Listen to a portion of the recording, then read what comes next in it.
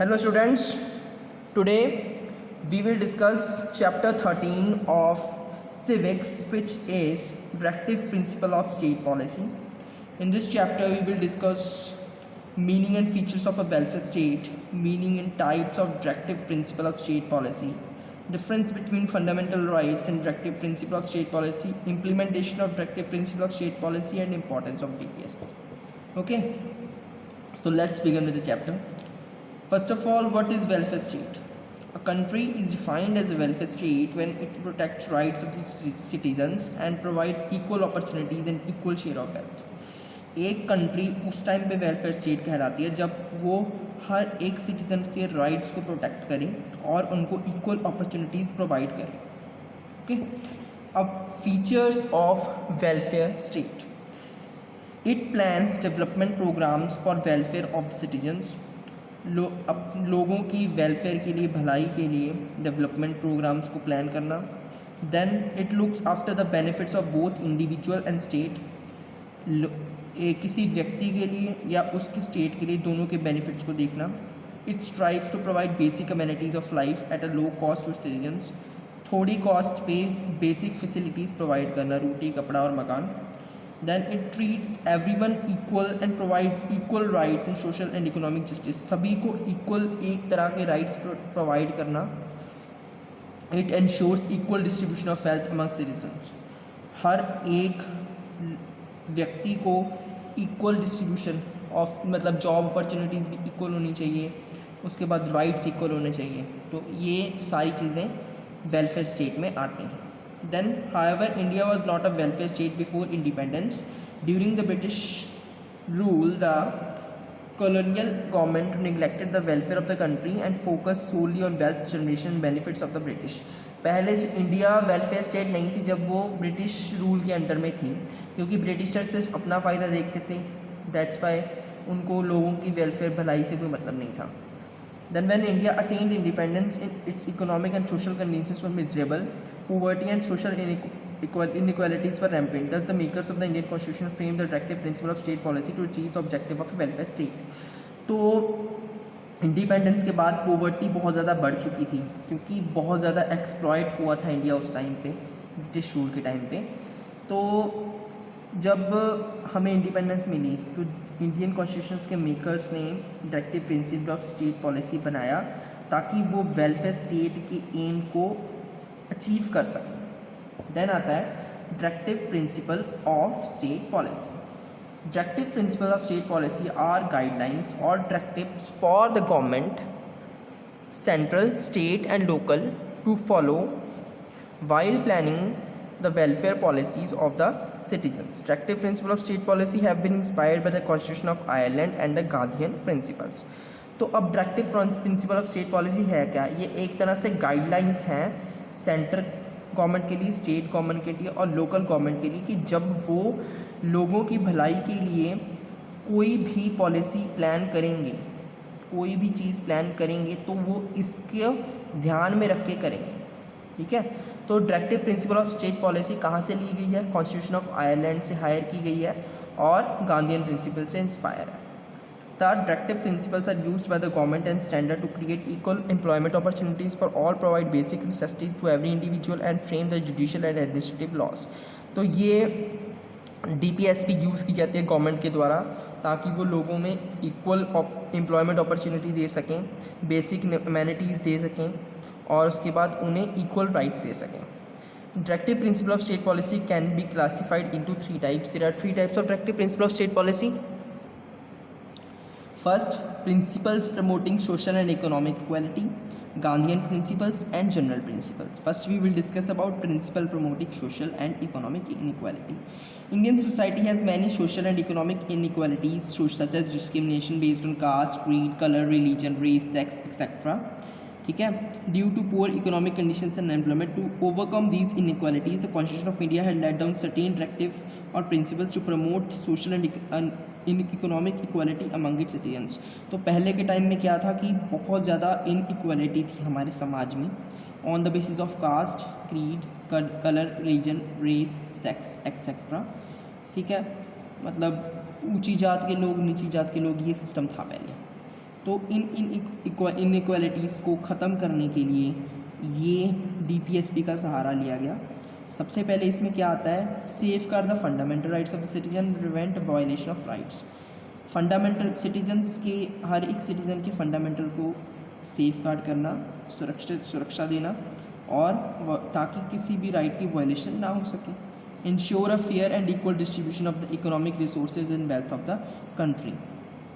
हर एक चीज़ जो इंडियंस, हर एक चीज़ की इक्वल डिस्ट्रीब्यूशन हर एक इंसान में करना। Then ensure equal wages for equal work for man and women. कोई काम है जिसमें मैन और वुमेन दोनों हैं, तो उस काम का सेम वेतन, सेम सैलरी दोनों को प्रोवाइड करना। देन पे workers a living ways so that they can buy basic provisions. इतनी ही सैलरी प्रोवाइड करना ताकि वो अपनी बेसिक नेसेसिटीज़ को पूरा कर सकें। Generate employment opportunities for man and women to provide unemployment in the country. Employment opportunities create करना ताकि अनएम्प्लॉयमेंट की प्रॉब्लम ख़त्म हो जाए। Provide support to senior citizen, people with special needs and unemployment. Senior citizens को help करना, ठीक है, स्पेशल नीड्स डिसेबल्ड पीपल होते हैं जो, उनकी हेल्प करना, और अनएम्प्लॉयड लोगों की सपोर्ट करना, ये चीज़ आती है इसमें। देन आता है Gandhian principles. Gandhi was neither a communist nor a socialist. However, he had envisioned a plan to promote social and economic equality in India. His principle aimed at the upliftment of the most deprived class of the people. तो गांधी जी का ये motive था कि जो most deprived class है, बहुत छोटी class है, उसको ऊपर उठाया जा सके। तो इसमें क्या आता है कि impart free and compulsory education to all children up to 14 years of age. 14 साल के तक के बच्चों को फ्री और एजुकेशन देना, और इनकी एजुकेशन कंपल्सरी करना। Then establish village panchayat system in rural areas. Village panchayat system को इस्टेब्लिश करना ताकि छोटे मोटे केस हैं जो विलेजेस में ही सॉल्व हो सकें, ठीक है। देन आता है encourage all type of small scale and cottage industries. Industries को प्रमोट करना ताकि अनएम्प्लॉयमेंट की प्रॉब्लम ना हो। Promote the interest of under privilege classes, especially scheduled caste and scheduled tribes. Scheduled SCs और STs को ऊपर उठाना। देन improve nutrition and overall health of people by providing quality food. Quality food provide करके लोगों की हेल्थ अच्छी रहे और वो अपना 100% दे सके वर्क में। Improve agriculture techniques and promote animal husbandry. Agriculture techniques को प्रमोट करना ताकि लोग एग्रीकल्चर में ज़्यादा इंटरेस्ट लें। एंड देन आता है general principles. The other directive regarding the environment, monuments, foreign affairs etc. laid out by the constitution. Protect, general principles में क्या आता है, protect and improve the environment, safe guard diversity of the flora and fauna. Environment को protect करना, protect and maintain national monuments, places and objects of national importance. हमारे जो national monuments हैं, Taj Mahal, red fort वगैरह, उनको प्रोटेक्ट करना। Maintain friendly relations with neighbouring countries, neighbouring country के साथ रिलेशंस अच्छे रहने। Promote peace and harmony through foreign policy. हर एक फॉरेन कंट्री के साथ रिलेशंस अच्छे रखने के लिए पॉलिसीज़ कई बनानी पड़ती हैं, तो वो पॉलिसीज़ बनाना। Then fundamental rights and directive principles. The constitution of India guarantees certain fundamental right. अब फंडामेंटल राइट्स और डायरेक्टिव प्रिंसिपल्स में क्या क्या डिफरेंस है वो पढ़ेंगे। पहले हमारे पास 6 फंडामेंटल राइट्स आर देयर। सबसे पहले right to equality, right to freedom, right to freedom from exploitation, right to freedom of religion, cultural and educational rights, and rights to constitutional remedies. There are 6 type of fundamental rights are there. Okay, तो अब fundamental rights और directive principles में क्या difference है? Fundamental rights are the negative directive that prohibits government from doing certain things. तो अब fundamental rights के ज़रिए गवर्नमेंट उस पर ज़्यादा कुछ नहीं कर सकती, पर directive principle of state policy is a guidelines, है ना, तो उसको देख के गवर्नमेंट लॉ बनाएगी, वो चीज़ है। फंडामेंटल राइट्स है जस्टिसेबल, ठीक है। इसको हम एक तरह से अगर किसी का राइट वायलेट होता है तो उसको हम जाके कोर्ट में अपील कर सकते हैं अपने राइट के लिए, पर ऐसा directive principle of state policy में नहीं है, ठीक है। देन आता है इम्प्लीमेंटेशन ऑफ डायरेक्टिव प्रिंसिपल्स। सबसे पहले the government of India adopted many welfare measure for implementation of Directive principle of state policy. Under the right to free and compulsory education, the government made right to education a fundamental right. Right to free and compulsory education act के अंदर जो right to education है उसको एक fundamental right बना दिया गया. It provides free and compulsory education to all children up to 14 years of age without any discrimination. इसके अंदर क्या आया कि जो 14 ईयर्स तक के एज के बच्चे हैं उनको फ्री और कंपल्सरी एजुकेशन मिलेगी कोई बिना किसी डिस्क्रिमिनेशन के.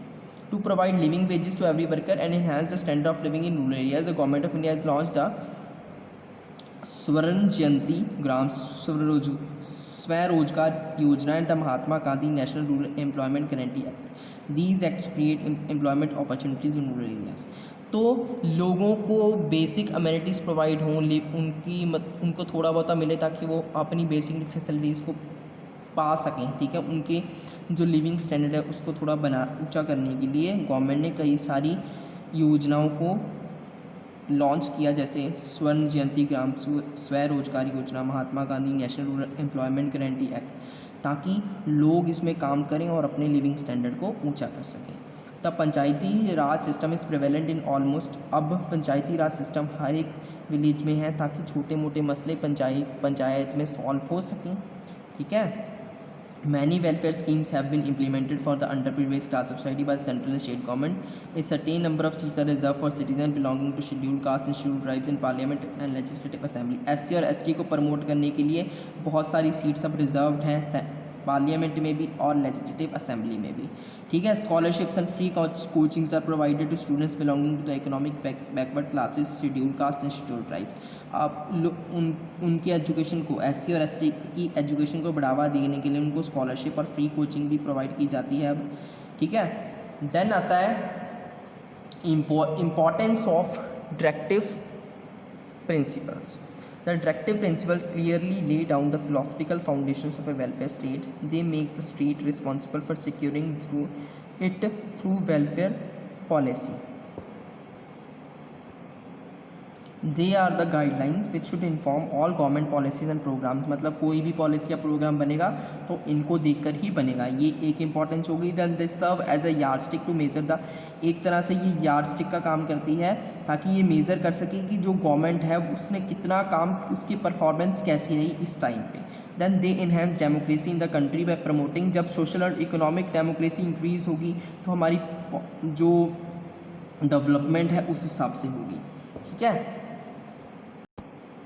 Then last the directive principle are source of continuity in the policies of the government. तो एक तरह से ये कॉन्टीन्यूशन चलती है. जैसे अब एक गवर्नमेंट से चेंज होती रहती हैं. ठीक है.